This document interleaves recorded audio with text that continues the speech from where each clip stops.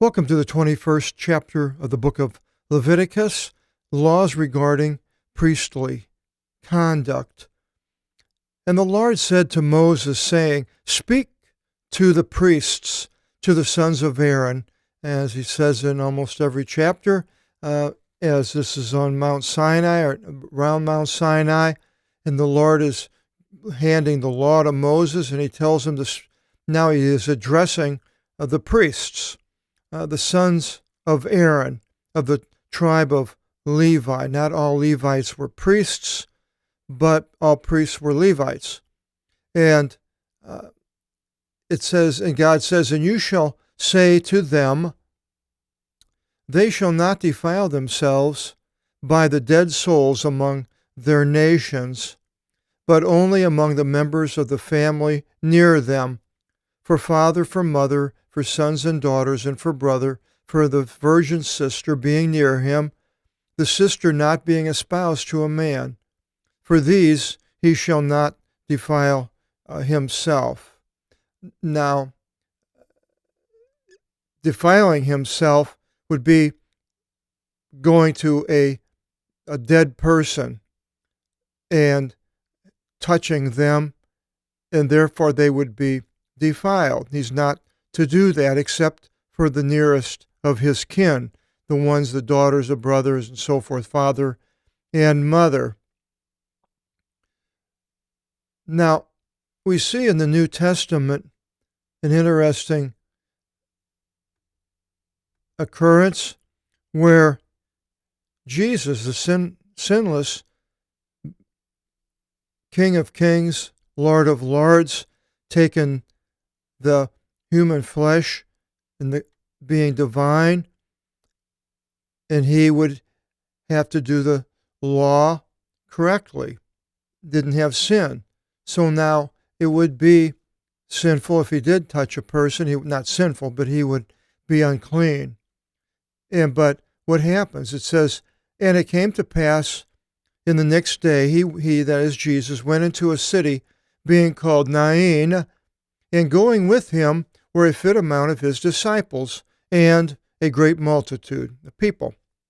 And as he approached to the gate of the city, and behold, one having died was conveyed. That is, they were carrying him somehow on a stretcher, being pulled by an animal, or people carrying him on a stretcher. He was a dead young man, a son, an only child of his mother, and she was a widow. So here he sees this dead person. Well, that's not doing anything unclean. You see dead people. It doesn't say they couldn't see it or watch it, or people that would be dead, but touching the dead bodies is what it was talking about. And it says, and a multitude of the city, a fit amount, was with her. And beholding her, the Lord was moved with compassion over her, and said to her, Weep not. And coming forward, he touched the coffin.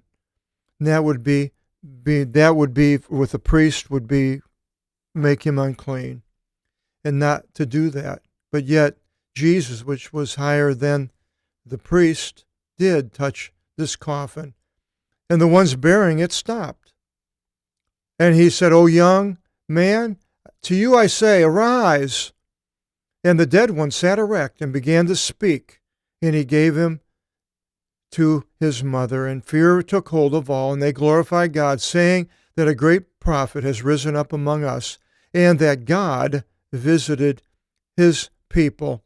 And this word went forth in all Judea concerning him, and in all the place round about. So Jesus, to alleviate becoming unclean, raises the young man back to life. So now he's not unclean because the young man is not dead. And it continues touching suddenly among his people by profaning himself. And to baldness you shall not shave the head of the dead one, for the dead one, And the appearance of the beard they shall not shave, and upon their flesh they shall not mutilate by cuts, where apparently this was common with certain peoples.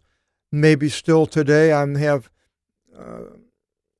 traditions that certain peoples do that I don't know about in South America, Asia, Africa, of people doing certain things when somebody dies. But God said that the priests are not to do any of these things. They shall be holy, separated to their God, and they shall not profane the name of their God, for they offer the sacrifices of the Lord as gifts to their God, and shall be holy. They shall have to be separated because they're giving the gifts to God for the people. And so they want to do it the correct way by being separated, and part of that is not touching the dead body. A woman, harlot, and being profane, they shall not take for a wife. And a woman being cast out from her husband, they shall not take as for a wife, one's divorced, for he is holy to the Lord his God, the priest. Now, they did marry. Priests did marry, why some large denomination in the United States decides that the priest is not to marry. I don't know why they chose to go that direction or that route, but it certainly has caused a lot of conflict and problems in that church. And you shall sanctify him, separate that priest, for the gifts of the Lord your God this one offers. He shall be holy, for I, the Lord, am holy. Agios ego Kyrios, the one sanctifying them. In 37-39, the agia, sanctifying is the verb. I make that different because you can't holying somebody. It's sort of the same thing with the word for faith. I don't use the word faith because the verb you can't use this, you don't go faithing, you don't go holying, but yet I did make a sanctifying, and with faith is belief and trust, and you can believe and trust. It has a verb, so to me it fits way better. And here, though, sanctifying, they shall be. You could be in all the places where it says holy. You could change them all to they shall be sanctified, separated, basically. Maybe I should change that in the third edition. And a daughter of a man being a priest, if she should be profane to fornicate, she profanes the name of her father. By fire she shall be incinerated. The father at that time had control of who she would be married to, and if she just went out and had sex with whoever she wanted, then that was another that was prohibited by God. And by fire she shall be incinerated. And the great priest, the high priest, says that in the King James, I believe it always calls him the high priest. And I don't know why it calls him high, because he's not high up or anything, but he's not tall. A great priest from among his brothers, of the one having the oil of the anointing, the Christou, Christ, is the anointed one, the Christ. Here is the anointed one. Here is the anointing oil. I'm wondering if anoint is an adjective. It very well might be. And this would be a substantive if it was. The anointing oil, it wouldn't be a substantive. This would be an adjective modifying the oil. It's an anointing oil. He had it poured upon his head to make him the high priest and set him apart. And having his hands perfected, did everything right, to put on the garments. The head shall not be without a turban. So, okay, he has to do it right. His head cannot be without a turban. There's those round wrap cloth things that they put on the head. And the garments he shall not tear up. So these were the two main things what the high priest is not to do. Now what do we find here in Matthew 26:62? And having risen up, the chief priest, high priest, the head priest, said to him, being Jesus, "Nothing you answer? What do these bear witness against you?" But Jesus kept silent. And responding, the chief priest said to him, "I adjure you, according to the living God, that to us you should say if you are the Christos, the anointed one, the Son of God." Wow. And Jesus says to him, "You said it. Furthermore, I say to you, from now you shall see the Son of Man sitting down at the right hand of the power and coming upon the clouds of the heaven." Then the chief priest tore his garments, saying that he blasphemed. What still need do we have of witnesses? Well, Jesus didn't blaspheme. Who blasphemed here? The chief priest. He tore his garments, which he was definitely, God said not to do. He did it in complete disobedience to the main tenet of what a chief priest is to do. He broke it. He is guilty of blasphemy. Jesus wasn't. He says, what still need do we have of witness? See, now you've heard his blasphemy. So the hypocrisy, when I see it, it just gets me really mad. Well, or upset. So, and he shall not enter unto any soul coming to an end. Now, you can't even go to somebody that is dying. And he shall not be defiled by his father nor his mother. Now, it could be talking about somebody already dead or dying. And from out of the holies he shall not come forth, and he shall not profane the thing, having been sanctified of his God, for the holy anointing oil of his God is upon him, ego Kyrios. So he's, again, not to touch the dead body or go to them even. He shall not be defiled. He shall not enter, so he's not to go. And I'm not sure if it means to go to that person or to enter into the testimony. But, again, we'll see what Jesus does.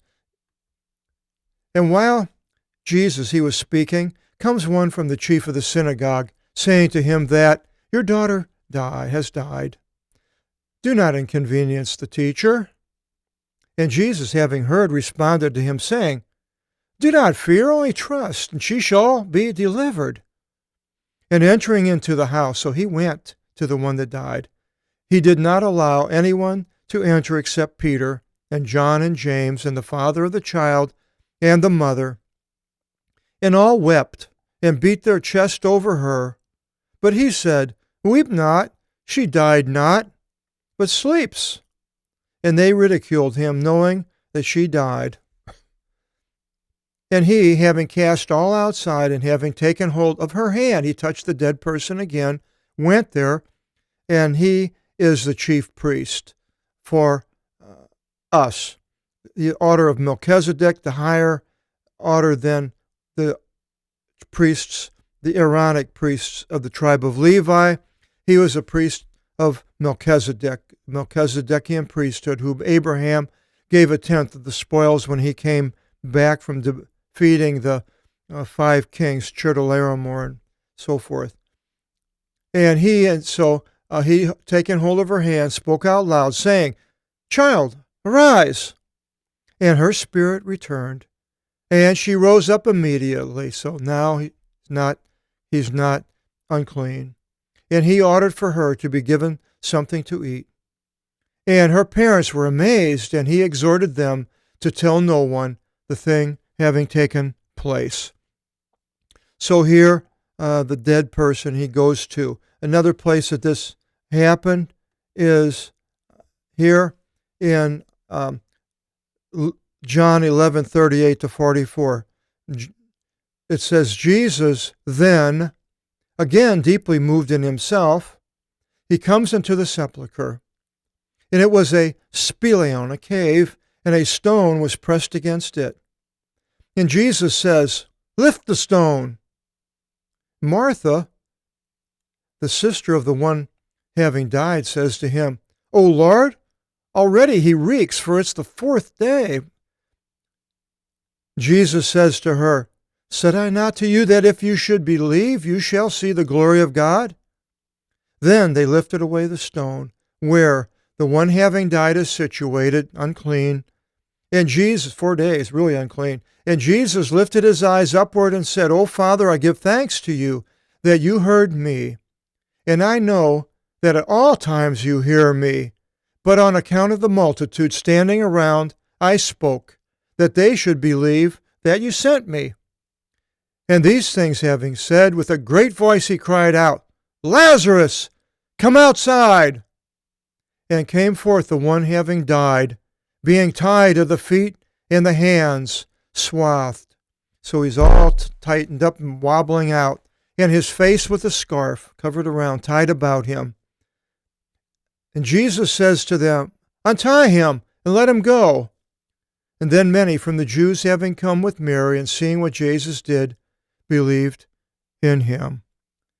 So the going to the dead ones Jesus did, but he raised them instead of becoming unclean. And from out of the holies he shall not come forth, he shall not profane the thing having been sanctified of his God, for the holy anointing oil of his God is upon him. I am the Lord. This one shall take a virgin woman from out of his family, but a widow and one being cast out and being profaned and a harlot, these he shall not take, but only a virgin from out of his people shall he take for a wife. Parthenon, a virgin. Now, from what I understand, the word in the Hebrew for a virgin, the Jews try to change it into a young woman. But here we have a virgin, a Parthenon, which is the same Greek word that appears in the Old Testament here, where we're translating. So the rabbis who were translating the Hebrew into Greek could know what they were doing, translated the word Parthenon instead of for a young woman. And now a Parthenon is a place in Athens, Greece, the temple of Athena, and she was a virgin. And the temple was for the virgins. It was noted for that. So it wasn't a young woman, just any old young woman. It was a virgin. So here we have the priest has to take a virgin from out of his people for a wife, the same tribe, I think. And he shall not profane his sperma, semen, among his people, just with anybody he wants. I am ego Kyrios o Theos, the one agiazon him, the one sanctifying him. And the Lord spoke to Moses, saying, Speak to Aaron, saying, A man from out of your kind, genus, genealogy, or genus, the progeny, having a kind, genus in animal classification. A man from out of your kind, throughout your generations, to any if there might be on him a blemish. That would be anybody that would could become a priest. If he has a blemish, shall not come forward to offer the gifts of his God.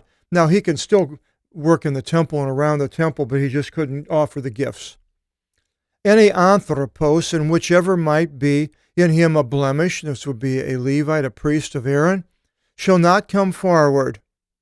A blind man, or lame, or a split mouth, a cleft palate, or with mutilated ears, or a man in which might be in him a broken hand. Now, if his hand heals, I would imagine then he could, I don't know, if they would know if he was young and he broke his hand and nobody ever knew it and he didn't know it himself and it was healed, or a broken foot. But if he was maimed, I suppose then that he couldn't. Or a humpback, or peeling, the skin coming off.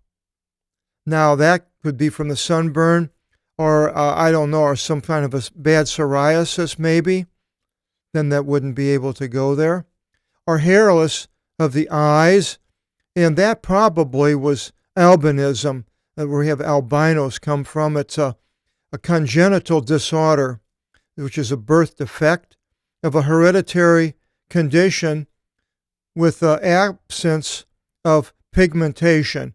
And you can go to Wikipedia and find a article on albino human albinism. Also in animals, also they're white, and the pigment of the hair in the eye is gone, so it looks like they don't have eyelashes, eyebrows. Now, hairless of the eyes, I would think that was what it would be. I don't know if anybody wouldn't have any hair. Would it be in the eyes or eyelids or eyelid? I guess that's the eyelid. Anyway, that person couldn't go albino, and it could be an albino in the sons of Aaron. It's hereditary, or a man in whichever might be in him a wild mange, or scabbed, or having one testicle. Every man in which there is on him a blemish from out of the seed of Aaron the priest shall not approach to offer the sacrifices of the Lord, for a blemish is on him. He shall not come forward to bring the gifts of his God. Now, the last place I saw that I thought was interesting is defilement. Now, these people were defiled, the priesthood set out by God, and the law is not to be changed. But what does Jesus say later? And having called all the multitude, he said to them, Hear me all and perceive. There is nothing from outside of a man entering into him which is able to make him unclean. But the things going forth from him, those are the things making the man unclean. So now, these listed here in Leviticus, all the features of physical features, but now Jesus is going to bring the spiritual, which it doesn't mention, interestingly, in Leviticus. But Jesus did, and they didn't want to hear this. If any has ears to hear, let him hear. No, they didn't want to hear it. And when he entered into a house from the multitude, his disciples asked him concerning the parable. And he says to them, Thus also are you so senseless? Do you not comprehend that everything from outside entering into the man is not able to make him unclean? Now here he's talking about foods. For it enters not into his heart, but into the belly, and into the bowel it goes forth, cleansing all the foods. And he said, The thing going forth from out of the man that defiles the man, for from inside, and he said that the thing going forth from out of the man that defiles the man. For from inside, from out of the heart of men, evil thoughts go forth. Adultery, so these priests can be adulterers. Harlotries, they could have sexual problems. Murders. Well, the high priest, Jesus, was almost guilty of sending Jesus to death. Frauds, desires for wealth, and sons of Eli were doing things for money, using their station. Wickednesses, treachery, lewdness, a wicked eye, blasphemy, which here the high priest was, pride, folly.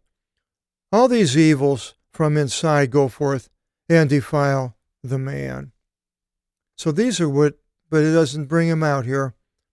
The holy of the holies and the holy things he shall eat, except to the veil he shall not come forward, and to the altar he should not approach. So that now that's going back to the person that has a blemish, just couldn't go to the veil, but he was able to approach. For he has a blemish, and he shall not profane the holy things of his God. For I, the Lord, am the one sanctifying them. And Moses spoke to Aaron and his sons and to all the sons of Israel. So these laws were given to Aaron and the priesthood. Chapter 22, we continue with what is holy and what is profane. We'll find out more of other things that God will point out that they are to do and not to do. Hope you'll join us in the next chapter, next video seminar. And till then again, God bless.